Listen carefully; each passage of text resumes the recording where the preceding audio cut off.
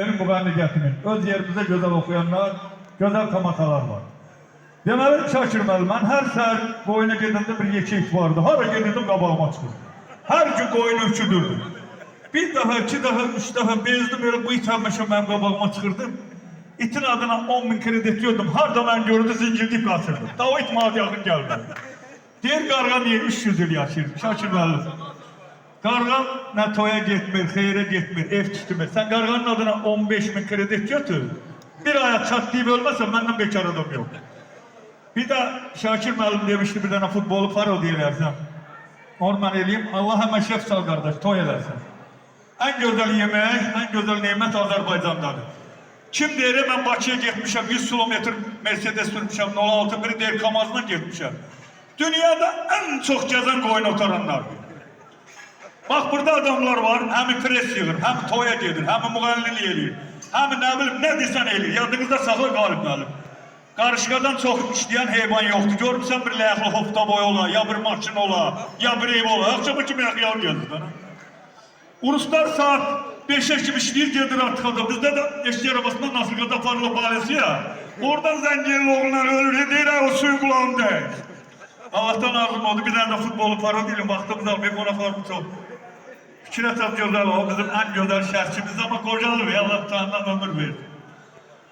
Salam hürmetli İdman Reşişleri birazdan Tevfik Behramoğlu Respublika Stadionunda Azerbaycan Milli Komandasını kabul edecek İtalya komandasını. Büyük Armando Diego Argentinalı futbolcusu demiştir ki ben 1 milyon dolar almasam ayağımı topa vurmarım. Azerbaycan'ın meşhur futbolcusu Vəli Qasımov demiştim, Bədbaxoğlu 10 manata 2 gol vururam o da nisiyə.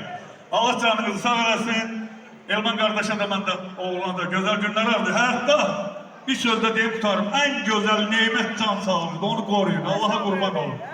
Vallahi bu restoranda içilen arakla Həşbərdə de ne kadar yoncalık var. Hamısı sulamaq olar. Allah gene de canınızı sağ eləsin. Qalim müəllimə de mən böyük hürmətim var.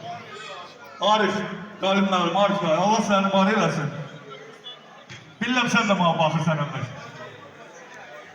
Madələr arağı niye tercih ettim? Benden çok perdede içen oldu. Onun bundan qabaq Tərtarım Mamırı kendine toya getdim. Səhərə kimi evimiz aslarını tapmadım. Ondan sonra dedim kardeş, bu işçi mənlik görür. Allah Arif kardeş, falan hoşbaz gələsin. Bizə nədir büyük günde en güzel lezzet eləyənlərdir. Qarabağımız azaddır. Eşq olsun Azərbaycanımızın prezidenti İlham Əliyevə. Vallahi yaşasın, belə gözəl şərəf yaradır. Yemək lazım, işləmək lazım. Düzdürmü? 12'ye 1'e kimi yatan adamlar var. Durur gitmişe birinin evine konar. 4 kardeşlik bir tane kendi koyup böyle çay içirler. Gittim baktım ağda çay içirden kahvedim ben de koyun yanına gitmiş adama. Kahveden şıka çaldım. Göğe kardeş dedem oldu şıka çaldım. Acılık olacak. Dedim efendim takip olur ya. Allah çevremiz olsun hemen şey toydum. Kaş arağı yok koyun oturmağı tercih edildi. Bizim her polisin nümayəndəsi değerli Cabbar müəllim bugünkü məclisdə iştirak edir. Hörmətli Cabbar müəllim buyursun.